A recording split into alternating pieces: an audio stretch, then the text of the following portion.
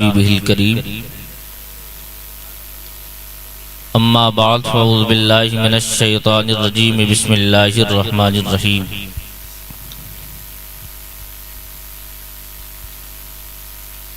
محمد الرسول اللہ آمنت باللہ صدق اللہ العظیم وبلغنا رسولہ النبی الامین الکریم ونحن ولا ذلك لمن الشاہدین والشاکرین والحمد للہ رب العالمین بکار خیش حیرانم اغثنی یا رسول اللہ پریشانم پریشانم اغثنی یا رسول اللہ شہا بیکس نوازی کن طبیبہ چارہ سازی کن مریض درد شیانم اغثنی یا رسول اللہ چمک تجھ سے پاتے ہیں سب پانے والے میرا دل بھی چمکا دے چمکانے والے برستا نہیں دیکھ کر ابر رحمت بدوں پر بھی برسا دے برسانے والے میں مجرم ہوں آقا مجھے ساتھ لے لو کہ رستے میں ہیں جا بجا تھانے والے باواز بلند پورا مجمع درود پاک پڑھ لے اللہم صلی علی سیدنا و مولانا محمد معدن الجود والکرم وعلا آلہ وصحبہ وبارک وسلم صلو علیہ صلاۃ و سلام علیکہ یا رسول اللہ صلی اللہ تعالی علیہ وسلم۔ آپ لوگ بیٹھ جائیے۔ شب کے ابتدائی وقت سے لے کر اب تک سبحان اللہ نعت و منقبت اور تقریر کا مقدس سلسلہ جاری ہے۔ بے شک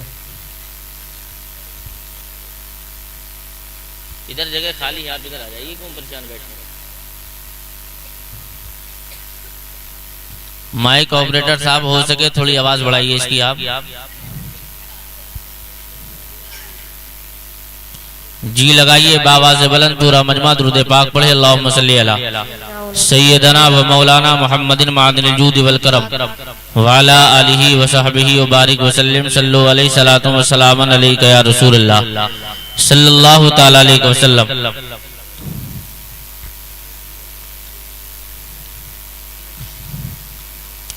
ارباب منبر کی خصوصی توجہ کا طلبگار ہوں۔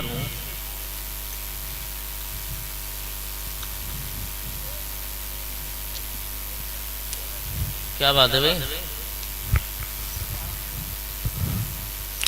آپ لوگ تھوڑا قریب آ جائیے، بیچ میں جگہ خالی ہے، اچھا نہیں لگ رہا ہے۔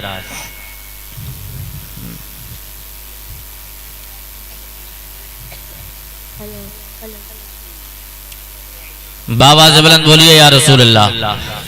جس کے ہاتھ سلامت ہیں وہ ہاتھ اٹھا کے کہہ دے یا رسول اللہ۔ کوئی مسلک پہ جب کرتا ہوا حملہ نکلتا ہے، ارباب اسٹیج کی توجہ کا طلبگار ہوں۔ کوئی مسلک پہ جب کرتا ہوا حملہ نکلتا ہے، بریلی کا ہمیشہ پہلے سجادہ نکلتا ہے۔ اگر آپ کو اچھا لگ رہا ہے، اگر میں سچ بول رہا ہوں تو آپ سبحان اللہ کہہ سکتے ہیں۔ کوئی مسلک پہ جب کرتا ہوا حملہ نکلتا ہے، بریلی کا ہمیشہ پہلے سجادہ نکلتا ہے۔ رجوع کرنے کی نوبت آ نہیں سکتی قیامت تک، رجوع کرنے کی نوبت آ نہیں سکتی قیامت تک، قلم سے مفتی اعظم کے جب فتویٰ نکلتا ہے۔ رجوع کرنے کی نوبت آ نہیں سکتی قیامت تک، قلم سے مفتی اعظم کے جب فتویٰ نکلتا ہے۔ کوئی مسلک پہ جب کرتا ہوا حملہ نکلتا ہے، بریلی کا ہمیشہ پہلے سجادہ نکلتا ہے۔ رجوع کرنے کی نوبت آ نہیں سکتی قیامت تک، قلم سے مفتی اعظم کے جب فتویٰ نکلتا ہے۔ آپ حضرات اس طریقے سے خاموش بیٹھے ہیں، ایسا لگتا ہے جیسے کوئی نئی سوچ آپ کو لاحق ہے۔ کچھ لوگوں کے ہاتھ ابھی سے گھٹنوں پہ آ گئے ہیں۔ ہمارے ہاں بزرگ کہتے ہیں جن کے ہاتھ گھٹنوں پہ آ جائیں تو ان کا وقت بالکل قریب ہو جاتا ہے۔ آپ کے ہاتھ ہیں، آپ کو چھوڑ کر نہیں جائیں گے، آپ ان پیروں کو چھوڑ کے نہیں جائیں گے، آپ اپنے پیروں کو کھلا رکھیے۔ ذرا آپ لوگ جاگ رہے ہیں تو ذرا اس کا ثبوت دیجئے، بآواز بلند بولیے سبحان اللہ، سبحان اللہ، اور محبت سے کہیے سبحان اللہ۔ سبحان اللہ۔ بس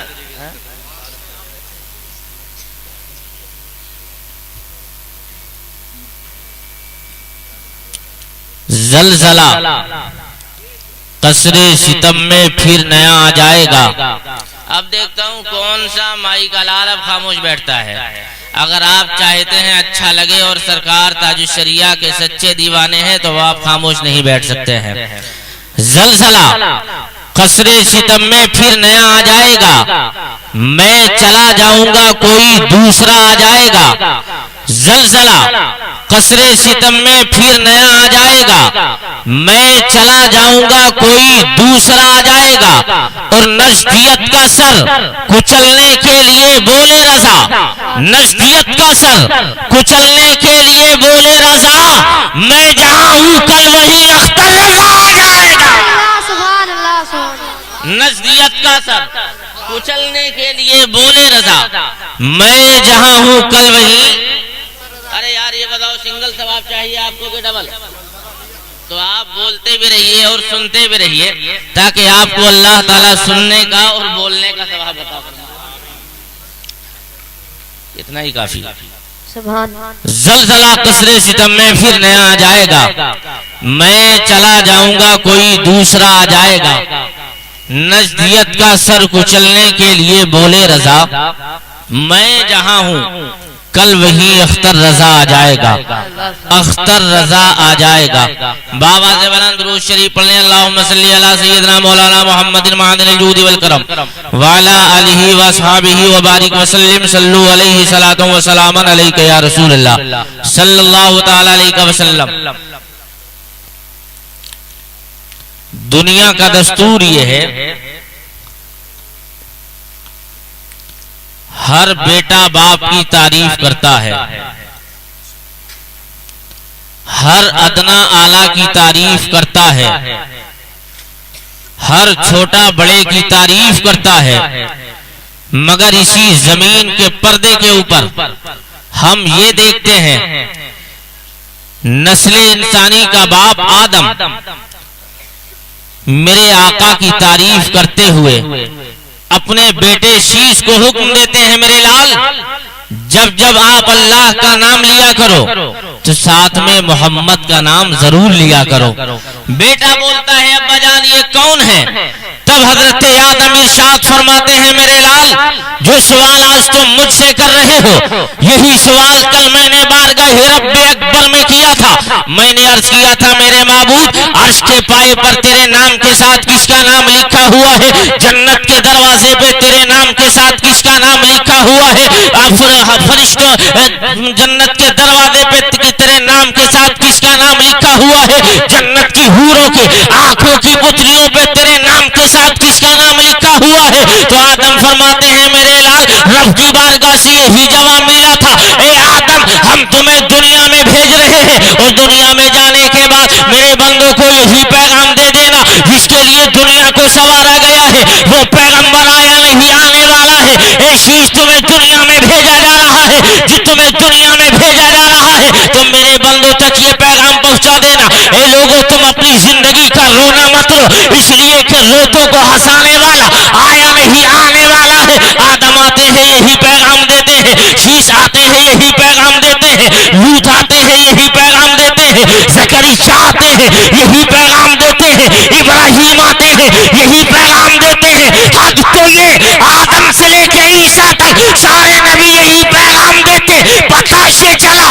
یہ دنیا بنی ہے تو کسی دنیا دار کے لیے نہیں بلکہ مدینے کے تاجدار کے لیے بنی۔ اور جب اسی حدیث پہ بریلی کے تاجدار کی نظر پڑی ہے، لیکن دنیا کے شاعروں کا دستور یہ ہے جب تاج محل دیکھتے ہیں تب شعر کہا کرتے ہیں، لال قلعہ دیکھتے ہیں تب شعر کہتے ہیں، مگر واہ رے میرا رضا جب قرآن پڑھتا ہے تب شعر کہتا ہے، جب حدیث پڑھتا ہے تب شعر کہتا ہے۔ اور جب اس حدیث پہ نظر پڑی تو بریلی کا تاجدار پکار اٹھا، یا رسول اللہ زمین و سما آپ سن رہے ہیں توحید نیٹورک کی اسلامک آواز توحید network international Islamic YouTube channel تمہارے لیے ہمارے یہاں تمہارے لیے اٹھے بھی وہاں تمہارے لیے اٹھے بھی وہاں.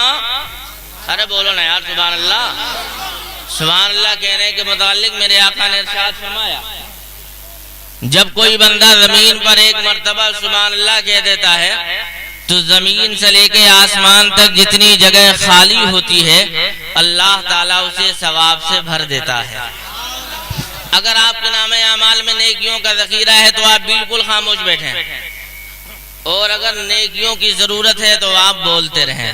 سبحان اللہ سبحان اب اللہ. دیکھنا یہ ہے کس کس کے پاس نیکیوں کا ذخیرہ ہے وہ خاموش بیٹھے گا, جس کو نیکیوں کی ضرورت ہے وہی بولے گا سبحان اللہ. اب دوسرے مقام پہ میرے آقا ارشاد فرماتے ہیں جب کوئی بندہ سبحان اللہ کہہ دیتا ہے ادھر اس بندے مومن کے منہ سے جو ہوا نکلتی ہے وہ ہواؤں کو فضاؤں کو خلاؤں کو چیرتی ہوئی عرش اعظم سے ٹکرا جاتی ہے, اور جب اللہ کے عرش سے ہوا ٹکراتی ہے فوراً عرش اعظم گردش کرنے لگتا ہے. عرش کے رہنے والے فرشتے پوچھتے ہیں عرش اعظم بتا آج سے پہلے تجھے کبھی گردش کرتے نہیں دیکھا, آج سے پہلے تجھے کبھی ہلتے نہیں دیکھا, اے عرش بتا تو کیوں ہل رہا ہے؟ تب عرش کا پیارا جواب ہوتا ہے فرشتوں اللہ کی زمین پر بیٹھ کر اللہ کے بندے نے رب کی وحدانیت کا اعلان کر دیا ہے, رب کی پاکی بیان کر دیا ہے, ہم اللہ کا مقدس نام سن کر گردش کر رہے ہیں. عرش کے فرشتے پوچھتے ہیں بتا تو کب تک گردش کرتا رہے گا؟ تب عرش کا پیارا جواب ہوتا ہے, عرش کہنے لگتا ہے فرشتے کان کھول کر سن, جب تک پروردگار عالم ان بندوں کی بخشش نہیں کرتا میں ہلتا رہتا. بے شک سبحان اللہ. نعرہ تکبیر, نعرہ رسالت, مسلک اعلی حضرت فیضان اعلی حضرت مولانا حسنین منظری سرزمین تلیا پور جشن دستار حفظ القرآن. نعرہ تکبیر. سبحان اللہ سبحان اللہ.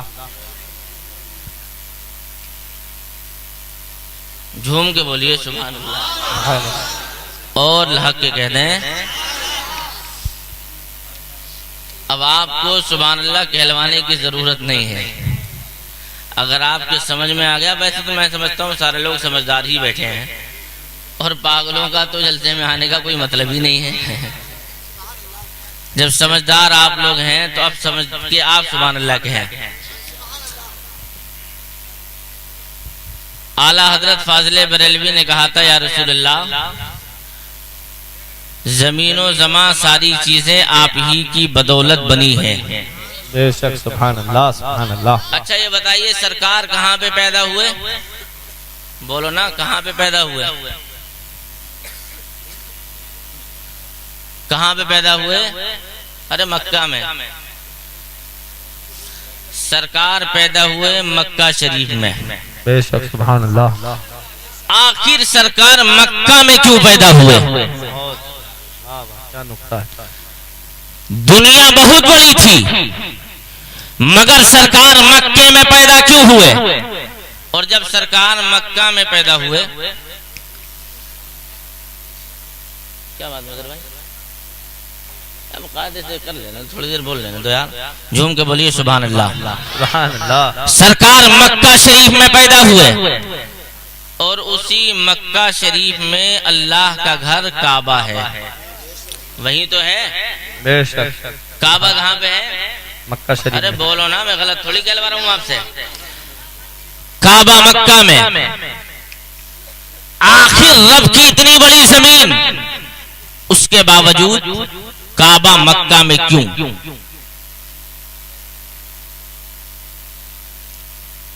کعبہ مکہ میں کیوں؟ اور اللہ کا سب سے افضل و اعلیٰ پیغمبر مکہ میں کیوں پیدا ہوا؟ تب علماء بیان کرتے ہیں کعبہ مکہ میں اس لیے ہے کہ وہ زمین کا بیچو بیچ ہے. لیکن جب کعبہ مکہ میں ہے تب اس خانے کعبہ کی تعمیر ہوئی. اس کعبے کی تعمیر میں پروردگار عالم نے کیا کیا لگوایا ہے؟ نعرہ تکبیر, نعرہ رسالت, مسلک اعلی حضرت فیضان اعلی حضرت مفتی اظہر القادری صاحب قبلہ، شاعر اسلام راشد رضا صاحب قبلہ، سرزمین تلیا پور، جشن دستار حفظ القرآن، نعرہ تکبیر، نعرہ رسالت۔ کعبہ مکہ میں سب سے افضل و اعلیٰ پیغمبر پیدا ہوا مکہ میں۔ اب اللہ نے اپنا گھر اللہ نے اپنا گھر کعبہ مکہ میں بنوایا، آخر اس کعبہ شریف کی تعمیر میں لگا کیا؟ اب علماء کی توجہ کا طلبگار ہوں، کعبہ کی تعمیر میں لگا کیا؟ تب علماء کہتے ہیں اس کعبے کی تعمیر میں اللہ کے فرشتوں نے 5 پہاڑوں کے پتھروں کا استعمال کیا ہے۔ اب علماء آگے بیان کرتے ہیں اسی کعبے کی تعمیر میں کوہ سینا کا پتھر، اسی کعبے کی تعمیر میں کوہ سینا کا پتھر، اسی کعبے کی تعمیر میں کوہ لبنان کا پتھر، اسی کعبے کی تعمیر میں کوہ جودی کا پتھر، اسی کعبے کی تعمیر میں کوہ ہیرا کا پتھر۔ آخر پروردگار عالم نے اس کعبے کی تعمیر میں 5 پہاڑوں کے پتھروں کا استعمال کیوں کروایا؟ آخر رب کے تو بے شمار پہاڑ ہیں، مگر ان بے شمار پہاڑوں کے باوجود یہی 5 پہاڑوں کے پتھروں کا استعمال کعبے کی تعمیر میں۔ تب یہی فلسفہ ملتا ہے کہ پروردگار عالم نے کعبے کی تعمیر میں 5 پہاڑوں کے پتھروں کا استعمال اس بنیاد پر کرایا ہے کہ جب پروردگار اپنے محبوب کو معراج میں بلوائے گا، رب کا پیارا معراج میں تشریف لے جائے گا، پروردگار اپنے محبوب کی امت کے لیے 50 وقت کی نمازوں کا تحفہ عطا فرمائے گا، اور جب محبوب 50 وقت کی نماز لے کر آئیں گے تو پروردگار عالم کے پیارے محبوب حضرت موسیٰ کی بدولت 50 کو 5 میں تبدیل کروا لیں گے۔ اب اس کا فلسفہ یہ کہ پروردگار عالم نے 5 پہاڑوں کے پتھروں کا استعمال کعبے کی تعمیر میں کرایا ہے، وہ اس طور پہ کہ جب 54 لاکھ کا بندہ اس کعبے کی طرف رخ کر کے نماز پڑھے گا تو پروردگار اس نمازی کو 5 پہاڑوں کے برابر ثواب عطا فرمائے گا۔ بولنا رہا کتنے پہاڑوں کے پتھر لگے کعبے کی تعمیر میں؟ ارے اونچا بولو نا۔ 5 پہاڑوں کے پتھروں کا استعمال ہوا کعبے کی تعمیر میں۔ اب کعبہ تعمیر ہو گیا، سرکار مکہ شریف میں تشریف لے کر آئے۔ اب ایک سوال اور، سرکار مکہ شریف میں پیدا ہوئے اور سرکار کا مزار شریف روضہ انور کہاں ہے؟ اور بولو نا، تم کو بھی سبق پڑھانے کی کیا ضرورت ہے؟ سرکار پیدا ہوا مکہ میں اور روضہ شریف کہاں ہے آپ کا؟ مدینہ شریف میں۔ اب سوال یہ ہے کہ یہ مکہ افضل ہے کہ مدینہ افضل؟ مکہ افضل یا کہ مدینہ افضل؟ تب علماء یہ کہیں گے کہ مکہ بھی افضل ہے، مدینہ بھی۔ اس طور پہ جب تک سرکار مکہ میں رہے تب تک مکہ افضل، اور جب سرکار مکہ سے مدینہ شریف تشریف لے گئے تب بولو نا، ہم تو ایسے تقریر بھی نہیں کرتے۔ مکہ افضل، اور جب سرکار تشریف لے گئے مدینہ تب اسی کے متعلق ایک جگہ قرآن کہتا ہے لا اقسم بہذا البلد وانت حل بہذا البلد، اے محبوب اس شہر مقدس کی قسم کہ جس میں آپ جلوہ فگن ہو، جلوہ فرما ہو۔ جب تک سرکار مکہ میں رہے تب تک مکہ افضل، آقا جب مدینہ شریف تشریف لے گئے تب اب اسی یہیں پہ جا کے ہمارے فقہا میں اختلاف ہو گیا۔ کچھ فقہا یہ کہتے ہیں مکہ افضل، کچھ کہتے ہیں مدینہ افضل۔ انہی میں 3 فقہا، 3 امام ہمارے یہ کہتے ہیں مکہ اس بنیاد پہ افضل کہ اسی مکہ کے اندر آب زمزم کا کنواں ہے، اسی مکہ کے اندر صفا مروہ کی پہاڑی ہے، اسی مکہ کے اندر کعبہ ہے، اس بنیاد پر کا مکہ افضل۔ اب اسی میں کچھ علماء یہ کہتے ہیں مدینہ افضل، اس لیے کہ وہاں سرکار علیہ التحیۃ والثناء کا روضہ شریف ہے۔ لیکن جب یہ بات چل رہی تھی مکہ اس بنیاد پر افضل، یہیں پہ صفا مروہ ہے، مکہ اس بنیاد پہ افضل کہ یہاں پہ اللہ کا مقدس گھر کعبہ ہے، مکہ اس بنیاد پر افضل اس میں آب زمزم کا کنواں ہے۔ تب یہ تینوں ائمہ جب یہ بول رہے رہے تھے. آخر میں ایک امام نے جواب دیا تھا مکہ اس بنیاد پر افضل کہ اسی مکہ کے اندر حج ہوتا ہے. فوراً امام مالک کھڑے ہو گئے, کہنے لگے او میرے ائمہ یہ تو بات سنیے کہ میں تو مانتا ہوں مکہ افضل ہے, میں مانتا ہوں صفا مروہ اسی میں ہے, میں مانتا ہوں صفا مروہ کی بہاڑی یہی پر ہے, میں مانتا ہوں کہ آب زمزم کا کنواں یہی پر ہے, لیکن ایک بات تو بتائیے آپ نے یہ ضابطہ مقرر کیا کہ یہاں پہ حج ہوتا ہے. تب امام مالک مسکرا کے کھڑے ہو گئے, کہنے لگے ائمہ یہ بات تو بتائیے صرف مکہ ہی میں حج نہیں ہوتا ہے, مدینے میں بھی حج ہوتا ہے. اب امام مالک سے پوچھتے ہیں بتائیے امام مالک مکہ میں حج ہوتا ہے اور مدینے میں کب سے ہونے لگا؟ اب امام مالک فرماتے ہیں ائمہ سنو, مکہ میں بھی حج ہوتا ہے اور مدینہ میں بھی, لیکن دونوں کے حج میں فرق ہے, دونوں کے حاجیوں میں فرق ہے. اب وہ اس طور پہ امام مالک فرماتے ہیں مکہ میں حج زمین والوں کا ہوتا ہے اور مدینے میں حج عرش والوں کا ہو. سبحان اللہ بے شک. مکہ میں بھی حج ہوتا ہے اور مدینہ میں بھی, ارے بولو نا. اچھا آگے والے تھوڑے لوگ ہیں یہ بول رہے ہیں, پیچھے والے کس کشمکش میں پڑے ہیں. اگر وہ بھی سمجھدار ہیں سمجھ رہے ہیں تو وہ ان کو بھی چاہیے کہ سمجھ کے کہہ دیں سبحان اللہ, سبحان اللہ, اور محبت سے کہہ دیجئے یا رسول اللہ, یا رسول اللہ. مکہ میں بھی حج ہوتا ہے. اور اب ایک چیز اور بھی ہے, آج بہت سارے لوگ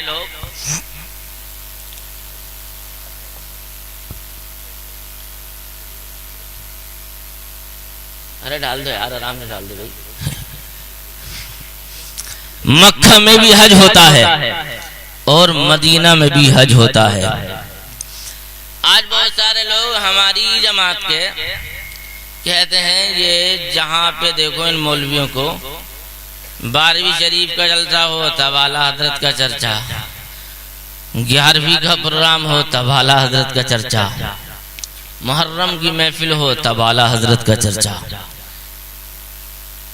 بھئی دوسرے لوگ کہیں تو تھوڑا صبر بھی ہو جائے, اپنے ہی لوگ کہتے ہیں اور پھر کہنا ہے یہ 5واں مسلک کیا ہے. 4 امام تھے 4 مسلک, یہ 5واں کہاں سے آ گیا؟ تو ہم کہتے ہیں یہ 5واں مسلک نہیں ہے, یہ وہی مسلک ہے جو مسلک امام اعظم ہے. سبحان اللہ, سبحان اللہ. اور مسلک اعلیٰ حضرت یہ ضروریات اہل سنت ہے. کیا ہے؟ اور معمولات اہل سنت بھی ہے. ضروریات اہل سنت, معمولات اہل سنت. اب آپ کہیں معمولات کا جیسے نیاز یہ سب چیزیں ہیں, چادر چڑھانا. اب لوگ سوال کرتے ہیں ان سنیوں کی مزارات پر چادر چڑھانے کی عادت کہاں سے بنی؟ بتائیں آپ کو. اب سب سنیں گے کہ نہیں؟ تو بیٹھے کس لیے؟ مزارات پر چادر چڑھانے کی عادت بنی کب سے؟ وہ اسی طرز پر ہے جس طریقے سے اللہ تعالیٰ نے اپنے ہر فرض پر اپنے محبوب کی سنت کی چادر کو چڑھایا. ہر فرض پر محبوب کی سنت کی چادر کو چڑھایا. آپ سوچیں فجر میں 2 رکعت نماز فرض, ظہر میں 4 رکعت نماز فرض, عصر میں 4 رکعت نماز فرض, مغرب میں 3 رکعت, عشاء میں 4 رکعت. مگر جہاں یہ نماز فرض ہے وہیں یہ نماز سنت بھی ہے.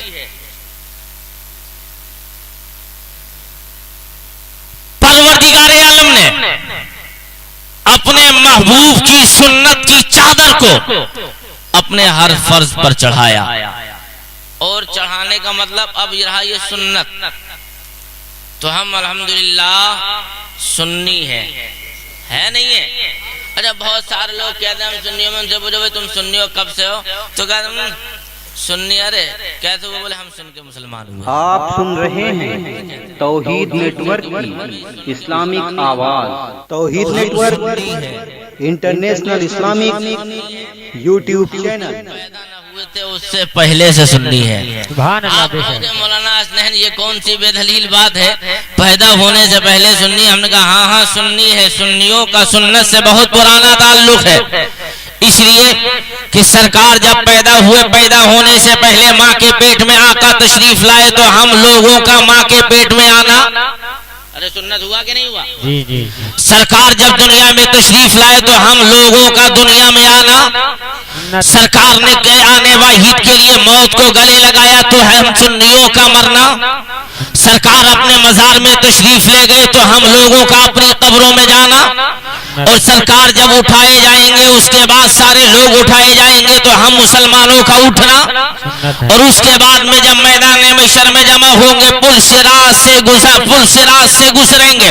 اور یہیں پہ جا کے علماء ذمہ دار علماء کی موجودگی میں یہ بات واضح کر دوں, آج بہت سارے لوگ یہ کہتے ہیں ہم پل صراط سے گزریں گے, لیکن ہم کہتے ہیں جنہیں گزرنا ہے وہ گزرنے کی فکر کریں, اس لیے کہ ہم سنی پل صراط سے گزریں گے نہیں بلکہ مصطفیٰ کے کرم کے سہارے گزارے جائیں گے. اور جب اسی حدیث پہ بریلی کے تاجدار کی نظر پڑی تو بریلی کا رضا پکار اٹھتا ہے اور مچل کے بولتا ہے یا رسول اللہ پل سے اتار راہ گزر کو خبر نہ ہو, اور جبریل پر بچھائے تو پر کو خبر نہ ہو. سبحان اللہ سبحان اللہ. بے شک جبریل پر بچھائے تو, ارے بولو نا, پر کو خبر نہ ہو.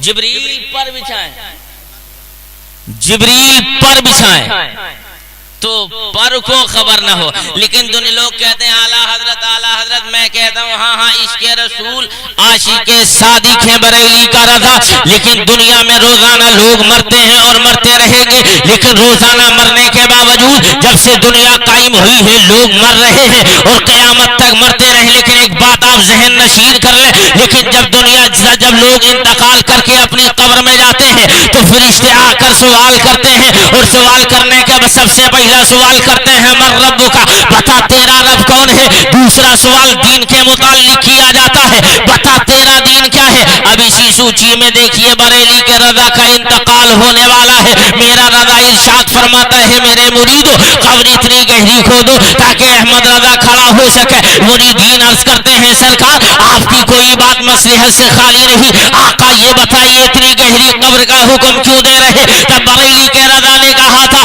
اے مریدو جب بغیر دیکھے ہوئے احمد رضا کھڑے ہو کے سلام پڑھتا ہے تو قبر میں تو خود مصطفیٰ تشریف لے کر کے آئیں گے, تو میں بیٹھ کر کے لیٹ کر کے اسے سلام پڑھوں گا. اس لیے اتنی گہری قبر کھودی جائے تب کہ احمد رضا کھڑے ہو کے سلام پڑھ سکے. اب احمد رضا کی قبر میں فرشتے پہنچے ہوں گے اور احمد رضا سے پوچھتے ہوں گے بتاؤ احمد رضا من رب کا تیرا رب کون ہے, مادینوں کا تیرا دین کیا ہے. اب میرا رضا جواب دیتا ہوگا میرا رب اللہ ہے, میرا دین اسلام ہے. آخر میں جب تیسرا سوال کیا ہوگا ما تقول فی حق هذا الرجل, مصطفیٰ جان رحمت کی شبیہ پاک دکھائی گئی ہوگی. اب بریلی کے رضا سے پوچھا ہوگا بتا احمد رضا ان کے بارے میں تو کیا کہا کرتا تھا. تب بریلی کا رضا فرشتوں سے کہے گا اے فرشتوں ان کی بات کرتے ہو, ان کے لیے تو میں یہی کہا کرتا تھا لحد میں عشق رخ شاہ کا داغ لے کے چلے, اندھیری رات سنی تھی چراغ لے کے چلے. ان کے بارے میں یہی کہا کرتا تھا ان کی مہک نے دل کے غنچے کھلا دیے ہیں,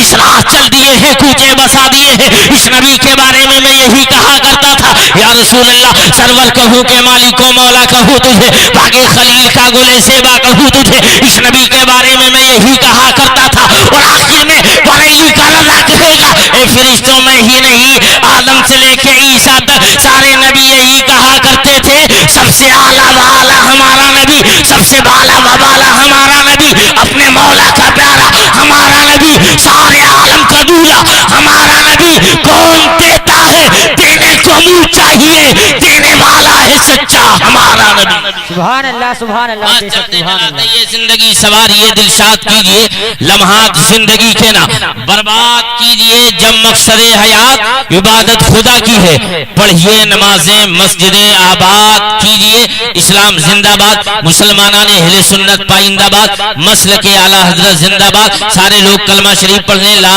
الہ الا اللہ محمد رسول اللہ وما علینا الا البلاغ السلام علیکم